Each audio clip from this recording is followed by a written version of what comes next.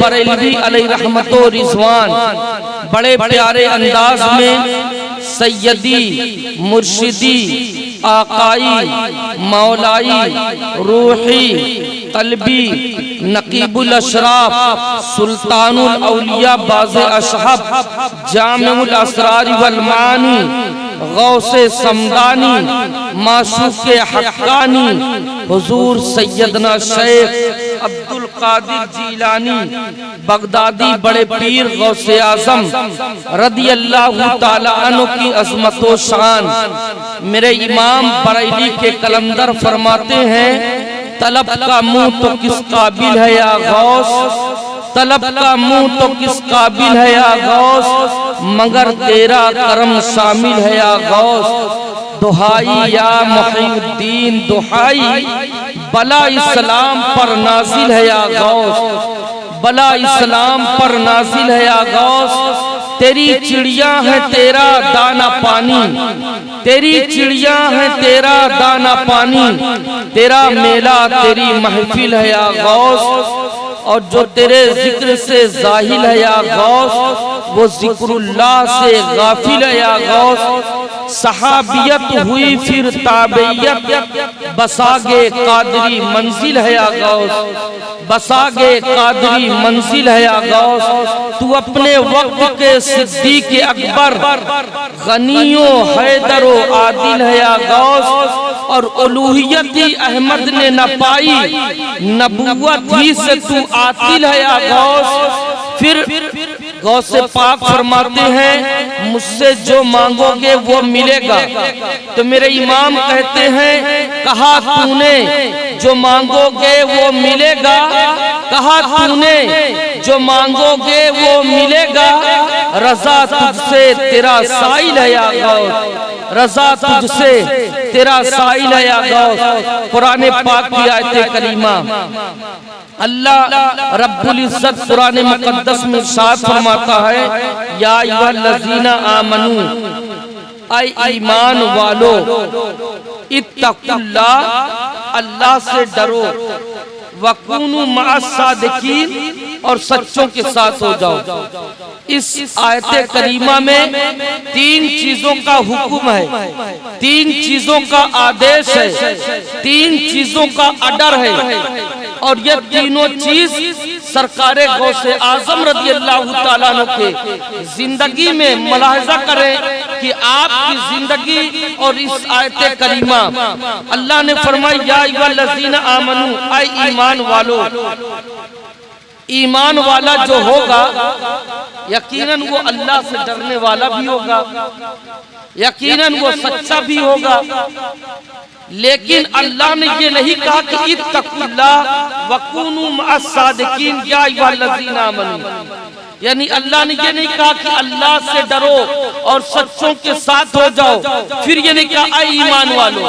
پہلے اللہ نے کہا ایمان والو، یعنی جو ایمان والا ہوگا وہ رب سے ڈرنے والا ہوگا، وہ سچوں کے ساتھ ہوگا۔ لیکن پھر اللہ نے ایمان والا کیوں کہا؟ پہلے ایمان والا کیوں کہا؟ اب غوث اعظم کی زندگی ملاحظہ کریں، سرکار غوث پاک عالم ارواح میں اللہ کے ولی، ماں کے شکم میں اللہ کے ولی، دنیا میں تشریف لائے اللہ کے ولی۔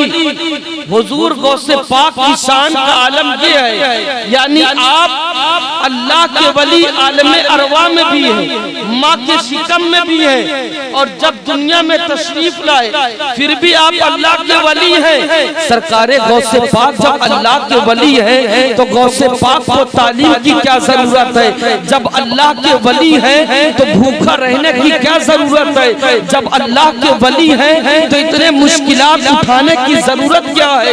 جب اللہ کے ولی ہیں تو اتنے مشقتیں اٹھانے کی ضرورت کیا ہے؟ جب اللہ کے ولی ہیں تو گھر میں بیٹھ جاتے، اے سی لگا کر کے حجرے میں رہتے، مرید کرتے، اور جو ہے بڑی بڑی گاڑیوں سے چلتے۔ ان کو کیا ضرورت تھی جیلان سے بغداد آنے کی؟ کیا ضرورت تھی اتنے مشکلات اٹھانے کی؟ کیا ضرورت تھی جنگل کی طرف رخ کرنے کی؟ کیا ضرورت تھی جنگل میں رہ کر کے درختوں کی پتیاں چبانے کی؟ کیا ضرورت تھی بھوکے رہنے کی؟ کیا ضرورت تھی پیاسے رہنے کی؟ اے حضور کے امتیوں، اے سنی مسلمانوں، اے بریلوی پہننے والوں، سنو سنو، صرف چادر اور گاگر سے کام نہیں چلے گا، صرف جو ہے لنگر اور جلوس سے کام نہیں چلے گا، صرف میلاد سے کام نہیں چلے گا۔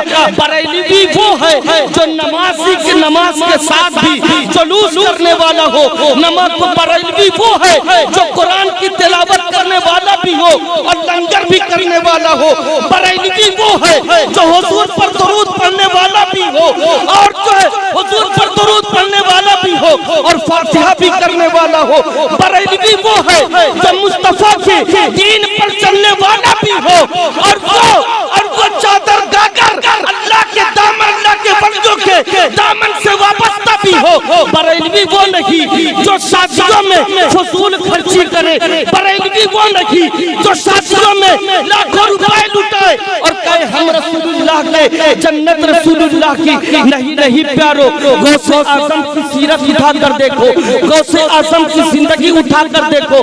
غوث پاک وہ ہیں کہ جب مصطفیٰ معراج میں گئے، جبریل نے کہا یا رسول اللہ، بخاری کی حدیث پاک ہے، یا رسول اللہ اگر ایک بالشت بھی آگے بڑھا تو میرے پر جل جائیں گے۔ لیکن اس وقت کون آیا؟ سلطان الاولیاء باز اشاب جامع الاسرار والمعانی۔ حضور غوث پاک آگے بڑھے، اپنے پشت کو بڑھایا، مصطفیٰ جان رحمت نے اپنا داہنا قدم پشت پر رکھا اور جب بائیں قدم آپ نے رکھا تو رب کے تجلیات کو دیکھنے لگے، رب کے جلوے کو دیکھنے لگے۔ یہ غوث اعظم کی شان ہے، یہ غوث پاک کا مقام ہے۔ لیکن غوث پاک جب دنیا میں تشریف لائے تو تشریف لانے کے بعد 4 سال 4 مہینہ 14 دن کے بعد آپ نے کہیں اور نہیں گئے بلکہ مکتب کی طرف سفر کیا ہے، علم دین کو حاصل کیا۔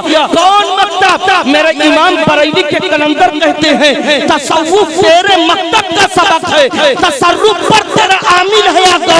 سرکار غوث پاک کی شان کا عالم ہے جو بڑے بڑے عالم اور فاضل اور مفتی اور محدث کو ہوا بھی نہ لگی، وہ مکتب کا سبق آپ کا ہے۔ لیکن غوث پاک رضی اللہ تعالی عنہ آپ نے 18 سال کی عمر تک بغداد میں تعلیم حاصل کرتے رہے، یہاں تک کہ جب آپ جیلان میں حاصل کرتے رہے، یہاں تک کہ جب آپ اپنی ماں سے رخصت طلب کیے، یعنی علم دین حاصل کرنے کے لیے جیلان سے بغداد کے لیے سفر کیا۔ خدا کی قسم مسلمانوں، اے سنی بریلوی اپنے آپ کو کہلانے والوں، صرف زبان سے سنی کہنے سے کوئی سنی نہیں بن جاتا ہے، صرف کوئی غوث اعظم کے شیدائی زبان سے کہنے والا شیدائی نہیں بن جاتا ہے جب تک کہ ان کے رفتار، گفتار، اقوال، افعال ان کے نقش قدم پر چلنے والا نہ ہو، وہ کبھی بریلوی نہیں ہو سکتا ہے۔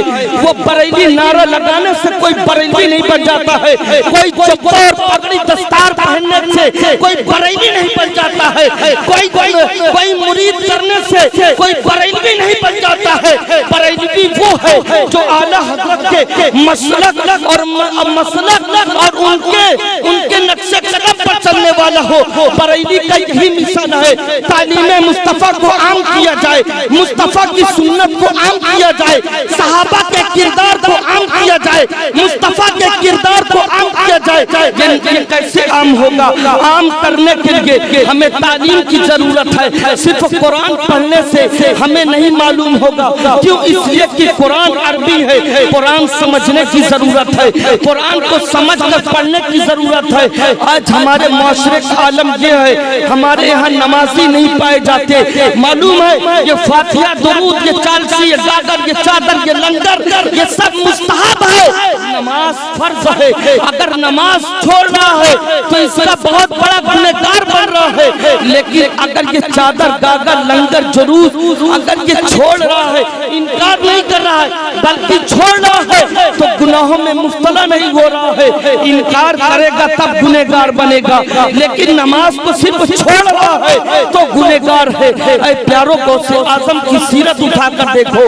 غوث اعظم کی عالم یہ ہے، 18 سال کی عمر میں میں جیلان سے جب بغداد کی طرف سفر کیے تو اس وقت ظاہری طور پر آپ کی والدہ ماجدہ کی عمر شریف 78 سال کی تھی. آپ کے والد محترم کا سایہ جب آپ اپنی ماں کے شکم میں تھے تو آپ کے والد محترم کا جو سایہ اٹھ چکا تھا. آپ کی ماں ضعیفہ تھی. سرکار غوث پاک تو اللہ کے ولی ہیں, پھر جیلان سے بغداد جانے کی کیا ضرورت ہے؟ ولی وہی ہوتا ہے جس کے پاس علم نبوت کا خزانہ ہو, جس کے پاس مصطفیٰ جان رحمت کے علم کا سمندر ہو, جس کے پاس مصطفیٰ جان رحمت صلی اللہ علیہ وسلم کے وارثین میں سے ہوتا ہے, وہی اللہ کا ولی بنتا ہے. ولایت آسانی سے نہیں ملتی ہے, لیکن غوث پاک کو ولیوں کے بادشاہ ہیں, سلطان الاولیاء ہیں, امام الاولیاء ہیں. پھر جیلان سے بغداد کی طرف جانے کی کیا ضرورت ہے؟ وہ بغداد جیلان سے تقریباً اس وقت اگر آپ ٹرین کے ذریعے سفر کریں گے تو تقریباً 24 گھنٹے لگیں گے. اگر آپ بس سے سفر کریں گے تو تقریباً آپ کو 30 گھنٹے لگیں گے. وہ جیلان سے آپ بغداد آئے کس لیے؟ علم دین حاصل کرنے کے لیے. آج جو اپنے آپ کو غوث اعظم کے غلام کہتے ہیں, قادری کہلاتے ہیں, ان سے پوچھو کیا بغیر علم کے تم قادری بن جاؤ گے؟ کیا تمہارے پاس علم نہیں ہے تو تم کیا سمجھو گے غوث اعظم کا مقام کیا ہے, غوث پاک کا مرتبہ کیا ہے؟ عزیزان گرامی, سرکار غوث پاک رضی اللہ تعالیٰ عنہ اتنے بڑے اللہ کے ولی ہیں. اگر ان کی کرامت بیان کی جائے تو کرامت کا عالم یہ ہے کہ ماں کے پیٹ میں ہیں پھر بھی ماں پر احسان کر رہے ہیں. قیامت تک کوئی بھی انسان اپنی ماں پر احسان نہیں کر سکتا ہے, لیکن 470 ہجری میں ایک اللہ کا ولی سلطان الاولیاء بازیہ صاحب بن کر کے جو چمچا وہ اپنی ماں پر احسان کر رہا ہے.